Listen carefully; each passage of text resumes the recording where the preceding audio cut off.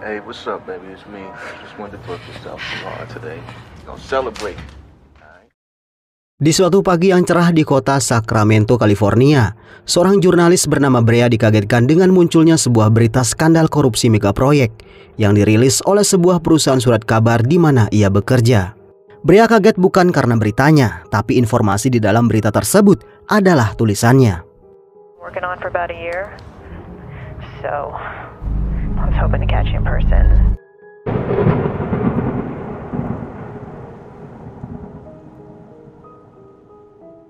Merasa karyanya disabotase oleh rekan sejawatnya yang bernama Steven, Brea pun mendatangi manajer Sacramento Post yang bernama Carl.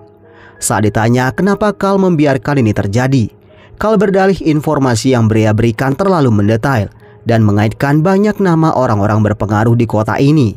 Carl tak mau perusahaannya hancur karena mengekspos para pejabat dan petinggi negara. Brea berkata masyarakat perlu tahu yang sebenarnya dan semua tak boleh ada yang ditutup-tutupi. Mendengar ucapan Brea yang terkesan keras kepala, Carl pun memecat Brea hari itu juga. About corruption in society, and I wanted to educate people about. Nobody gives a fuck about Tiberius. I thought you respected me. I'm just not sure there's a place for you here anymore. Di malam harinya, Brea terlihat bersama pacarnya yang bernama John dan juga teman akrab mereka yang bernama Darren dan Malia pacarnya. Di sana mereka pun berbincang di mana Brea mengungkap pertengkarannya dengan si bos tadi pagi yang membuatnya kini menjadi pengangguran. I had a fight with my boss to get sure I have a job anymore. I'll see you outside, baby. What I do? Melihat raut wajah Brea yang murung, Darren meminta John membawa Brea liburan ke villa yang ia miliki di daerah pegunungan. Tentu saja John sangat senang karena kebetulan sekali rupanya John juga sudah punya rencana untuk melamar Brea dan ia membutuhkan sebuah tempat spesial untuk momen tersebut. Thank you, Darren. Sekembalinya Brea dari toilet, John pun mengabarkan perihal villa mewah yang dipinjamkan Darren untuk mereka. Tentu saja Brea sangat senang karena telah lama ia ingin liburan. Did you tell her what you got her for her birthday? Darren. Tell her about the place that I hooked y'all up with. No, pretty plush pad up in the mountain. Thank you. You're fine. I need to go to the. Keesokan harinya, John datang membawakan Brea hadiah ulang tahun berupa mobil yang John rakit sendiri dari mobil bekas. Dan lagi-lagi, Brea terharu dan tak bisa mengungkapkan perasaannya.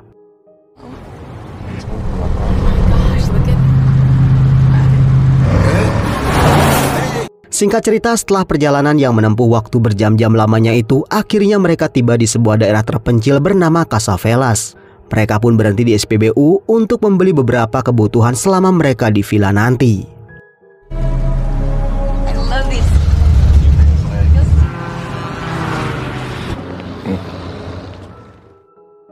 Ketika Brea di kios, seorang wanita bernama Kara nampak mengawasinya.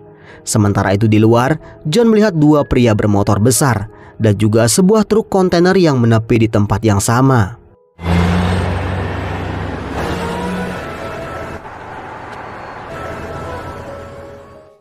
Sementara itu, saat akan ke toilet, Brea dikagetkan dengan seorang pria gondrong berjaga di depan toilet.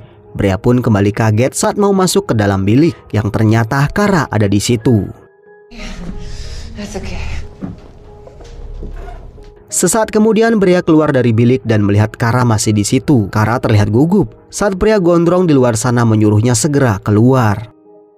Sebelum pergi dengan wajah gugup, Kara berkata kalau ia merasakan hari ini seperti hari 4 Juli. Tentu saja Brea tak mengerti apa maksud Kara mengatakannya. Car, move your ass. Well, I like the 4th of July, right? What are you doing in here? Let's go now. Di luar kios, seorang pria gondrong lain nampak mengganggu John. Tak cuma mengganggu, si gondrong juga meludahi mobil John yang membuat John meninjunya. How you like that? We ain't got no problem. What's going on? Untungnya ada sheriff berjaga di dekat sana yang melerai. Sheriff yang bernama Sally itu pun memaki-maki para bikers dan mengatakan kalau mereka selalu membuat onar di kotanya. Casabella. Oh, that's nice. Fuck you, asshole!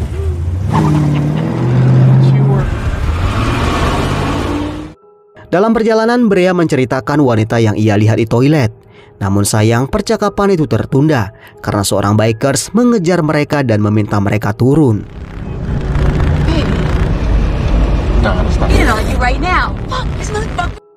Merasa dalam bahaya, John pun menancap gas. Dan karena terus mengejar, John yang kesal lalu menghadang jalannya, yang membuat bikers itu terjatuh dari motornya.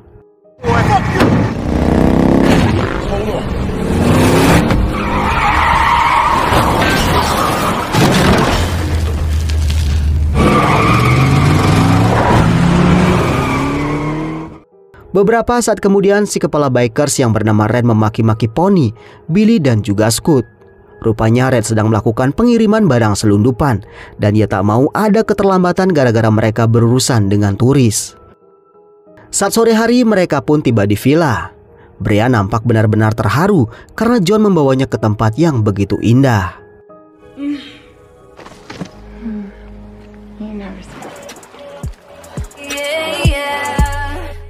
Singkat cerita, saat malam tiba, John sudah tak sabar melamar Brea.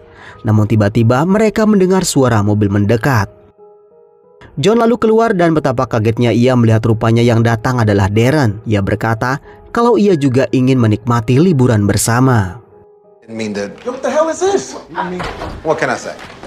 This is what he said. You said it was Always happy to see you. Don't be silly. John nampaknya tak terima dengan kemunculan Darren yang tanpa pemberitahuan. Karena meskipun itu villa milik Darren, tapi Darren telah mengizinkannya memakainya. Dan seharusnya Darren tak mengganggu momen tersebut. Darren berkata kalau ia sudah menelpon tapi tak sampai ke tempat John karena masalah sinyal. Setelah perdebatan panjang, mau tak mau John pun menerima Darren dan Malia dan memutuskan melamar Brea lain waktu. Uneventful compared to y'all shit. I'm saying. You think about the pool? Cool. So your pH it keeps everything. Saat mereka berbincang, tiba-tiba terdengar suara dering ponsel. Semua nampak bingung karena tak ada yang mengenal dering ponsel seperti itu. Well, it's coming from your purse. Mendengar suara itu berasal dari tasnya, Brea pun mengambil ponsel tersebut. Ia pun terkejut karena ternyata itu bukan ponselnya. You guys get a reception out here? It's not the Not outfit. my former guest. This is not my phone. It's a satellite phone. I used one of. Sadar kalau itu ponsel satelit dan bukan miliknya, Brea pun bingung bagaimana ponsel itu bisa ada dalam tasnya. Ia pun mencoba mengingat-ingat dan ia pun teringat dengan wanita di SPBU. Brea pun menceritakan pertemuan singkatnya dengan Kara di Minipom, yang seingatnya Kara mengucapkan kata 4 Juli. That gas station, there was this girl in the bathroom, and it was like she was trying to tell me something, right? Before she left the bathroom, she was a lot like the 4th of July. What if she put this in my purse? Berpikir kalau Kara ingin Brea mengetahui isi ponsel itu, Brea pun memasukkan PIN 0407 yang diucapkan Sarah. Namun sayang PIN tersebut tidak cocok. 4th of July, I mean, it's a number, right? That's right. Therefore, no. Dan setelah menambahkan angka 76 yang berarti tahun kemerdekaan Amerika Serikat, mereka pun berhasil membuka ponsel tersebut. 7, 6. Untuk memastikan kalau itu adalah ponsel Kara, Brea pun melihat-lihat foto yang ada di galeri. Dan disitulah mereka kaget saat melihat banyak foto wanita dengan wajah lebam, termasuk juga Kara sendiri. They look terrible. Oh my God. I think she got beat up. I mean, one, actually. That's the girl. That's all day. It's crazy. Melihat banyak foto wanita dengan gaya yang sama, Brea pun curiga kalau ini adalah foto katalog yang ia yakini wanita-wanita tersebut sedang diperdagangkan. Melihat tanda-tandanya, Brea pun yakin ponsel tersebut milik sindikat perdagangan wanita. Brea berniat menelpon polisi, namun Darren meminta Brea tak melakukannya. Pasalnya jika polisi sampai kemari, nama vilanya akan tercoreng. Dan mungkin saja pelanggan-pelanggannya yang biasa menyewa villa tersebut tak akan mau menyewa lagi. Melihat Brea yang mengabaikan permintaannya, Darren mulai kesal. Ia pun berkata kalau Brea egois dan hanya ingin mendapatkan popularitas dengan cara mengungkap perdagangan wanita. Brea pun menampik hal tersebut. Ia merasa sebagai masyarakat awam, ia berkewajiban melapor jika menemukan tindak kriminalitas seperti ini. You know what you're doing? You're not fooling anybody.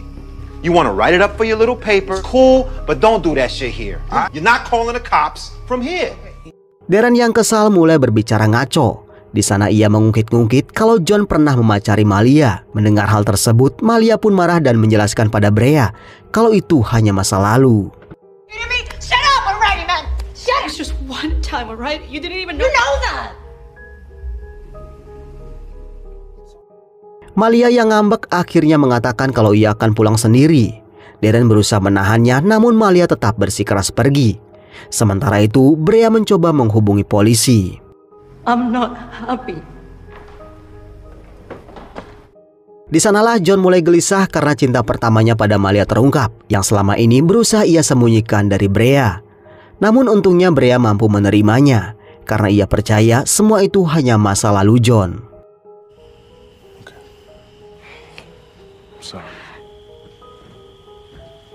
Brea kemudian mengambil ponsel Kara dan memotret semua foto di dalamnya.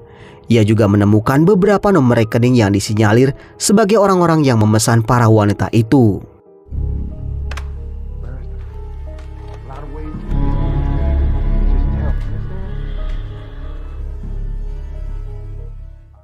Tak lama berselang mereka dikagetkan dengan kemunculan Kara. Di situ Kara meminta ponselnya kembali. Ia berdalih kalau ia mabuk saat memasukkannya ke dalam tas Brea. Sadar kalau Kara adalah korban perdagangan manusia, Brea pun memintanya masuk. Namun Kara menolak. Ia hanya meminta Brea tak banyak bicara dan memberikan saja ponselnya. I think I put my phone in your bag. I'm like confused. Yeah. Why you come inside? No, it's like you find it. Yeah. Sayangnya Brea tak mau memberikannya. Kara pun kesal dan memperingatkan kalau para bikers bisa menghabisi Brea. Brea nampak tak peduli dengan peringatan tersebut, yang akhirnya membuat Kara putus asa dan pergi. Give me the phone and let me go, please. I can't give it to you. Kill you. Call your family. Kara rupanya diantar oleh para bikers dan juga Red. Mengetahui Kara tak membawa ponselnya kembali, Red pun marah besar dan menembak Kara.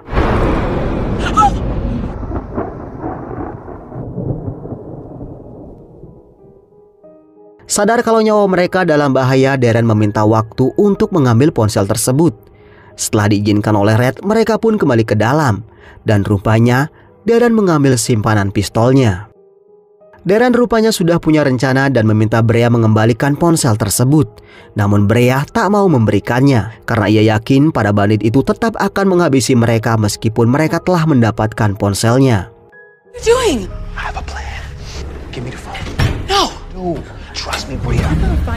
Dan setelah perdebatan yang sangat panjang, Brea akhirnya bersedia memberikannya.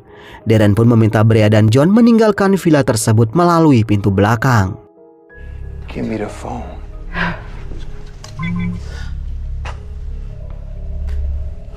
Darren lalu menuju ke tempat para bikers, namun di momen itu juga Darren melihat koper Mila berhamburan di tanah.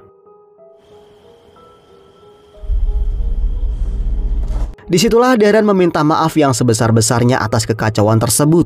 Ia juga berkata kalau ia akan memberikan ponsel itu asal Red mau mengembalikan kekasihnya. Sementara itu Brea dan John menuju pintu belakang. Karena pintu otomatis itu terlalu berat, John pun meminta Brea keluar lebih dulu.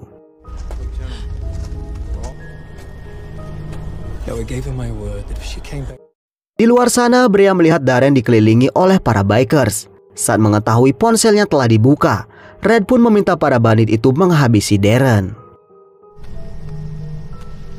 The phone's been unlocked. Oh, shoot you, motherfucker!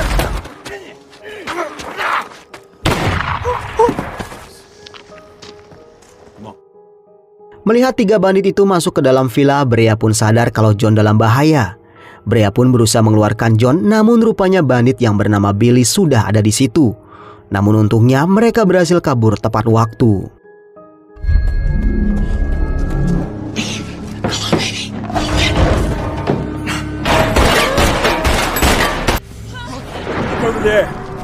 John dan Brea berlari menyusuri hutan, namun para bandit itu terus mengejar mereka. Saat bersembunyi di bawah pohon, bandit yang bernama Scott muncul dan menikam John.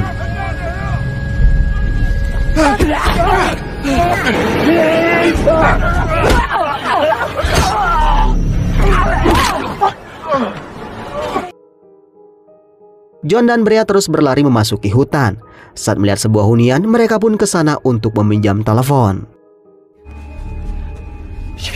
Di rumah itu mereka disambut baik oleh seorang pria bernama Bob. Setelah menceritakan apa yang terjadi, Tuan Bob mempersilahkan Brea memakai telepon dan juga komputernya. Tak membuang waktu, John lalu menelpon polisi, sementara Brea mengirimkan semua data di ponselnya ke alamat email Carl.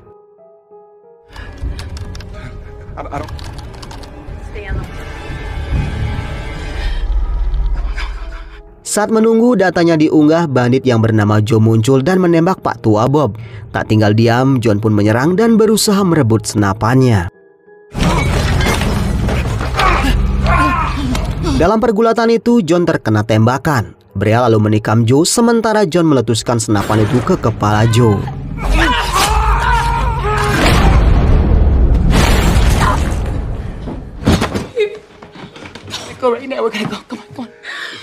Dengan nafas yang tersisa, John meminta Brea melanjutkan perjalanan sendiri karena ia sudah tak kuat lagi. Dan disitulah Brea menyaksikan kematian kekasihnya. Dengan perasaan yang masih begitu terpukul, Brea berusaha tetap kuat. Ia lalu merogoh saku celana John dan menemukan cincin tunangan John. Hal itu tentu saja membuat Brea semakin bersedih.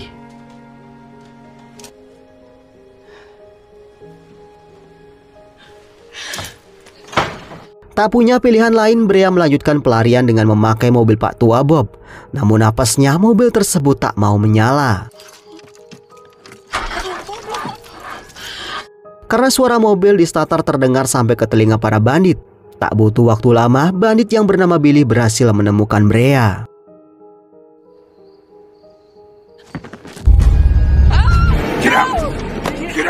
Di momen bersamaan muncullah dua polisi yang bernama Sally dan juga Louis.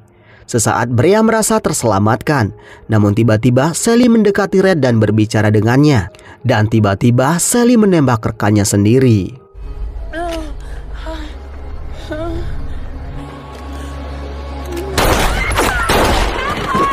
Melihat Red begitu tunduk pada Sally, Brea pun sadar kalau Sally memiliki posisi tinggi dalam sindikat tersebut. Sally nampak sangat kesal mengetahui Red dan timnya hampir mengacaukan semuanya. Ia tak bisa membayangkan jika ponsel itu sampai jatuh ke tangan seorang jurnalis semacam Brea. You fucked up, you clean it up. Do you understand? These girls are product. Listen, find out who she talked to and just that fucking phone. Sally pun meminta Red membereskan kekacauan itu dan menjadikan Brea sebagai produk dagangan. Sally kemudian menghubungi kantor pusat dan mulai bersandiwara tentang kematian Louis. Sementara itu, Brea dibawa ke sebuah truk kontainer. Setelah dibius, ia pun ditempatkan bersama para korban lainnya.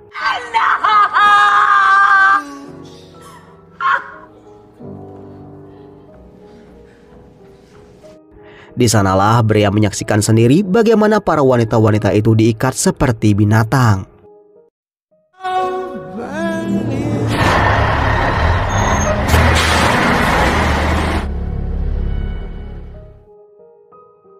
Beberapa saat kemudian, Brea mendapati dirinya berada di sebuah goa bersama dengan para korban lainnya. Brea benar-benar tak bisa percaya kalau ia berada di kondisi seperti itu.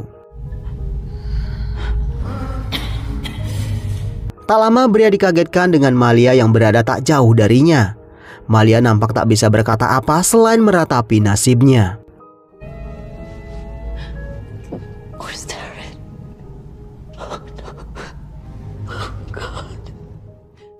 Tak lama mereka dikagetkan dengan kemunculan Billy dan juga Red. Melihat sebuah skrup di tanah, Brea pun mengambilnya untuk berjaga-jaga.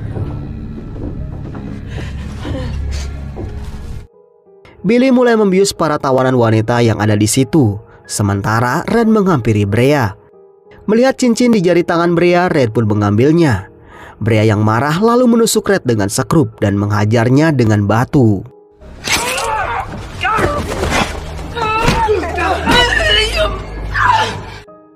Billy mencoba membantu, namun Malia lebih dulu menyuntik Billy dengan bius. Brea mengajak Malia kabur, akan tetapi Malia mengatakan kalau kakinya mati rasa. Tak ada pilihan lain, Brea pun memutuskan meninggalkan Malia untuk mencari bantuan. Brea keluar dari gua tanpa rintangan yang begitu berarti. Setelah menyusuri hutan lebat, Brea pun akhirnya bisa bernafas lega saat ia tiba di pom bensin.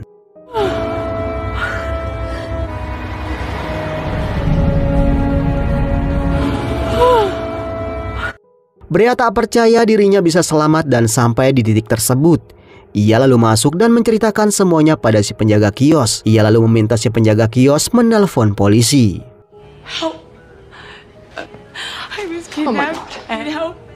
Can you please call police? Sadar kalau yang akan datang adalah petugas Sally, diam-diam Brea mencuri ponsel si penjaga kios. Sambil bersembunyi, Brea pun menelpon si Carl. Alright, I'll be right there. Wait, right. Carl. Okay, stay there. I'm out. Saat hari gelap, petugas Sally sampai di kios seorang diri. Sadar kalau Sally akan menghabisinya, Brea pun sengaja berdiri di depan kamera CCTV. I know you're back there. Brea mengutuk tindakan Sally karena ia telah mengkhianati negara ini. Yang seharusnya Sally lah yang melindungi para wanita tersebut, bukannya malah menjadi bagian dalam sindikat. Girls, caged like animals. Proud of yourself? Fucking traitor. Everything is trafficked. I'm just a part of a system that already exists. Sally tak peduli dengan ocehan Brea karena yang ada di mata Sally hanya uang dan uang saja. Brea pun diminta menyerahkan diri karena saat ini ia ditangkap atas tuduhan pembunuhan.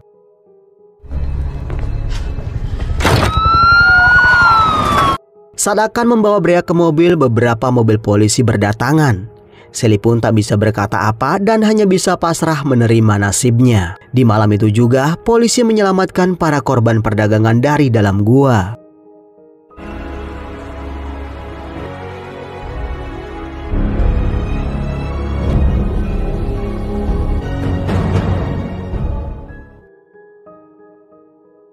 Beberapa hari berlalu, Brea menemui Carl untuk menyerahkan tulisan yang telah ia selesaikan. Carl berkata di dalam tulisannya, Brea mencantumkan nama orang-orang berpengaruh di kota tersebut dan menurut Carl itu sangat berbahaya bagi Brea. Brea nampaknya tak peduli lagi dengan nasibnya. Ia meminta tulisan itu segera diterbitkan dan ia akan menanggung segala resikonya. Brea pun pergi meninggalkan Carl dan film pun selesai. Integral role in the trafficking. I've been shining like the sunrise.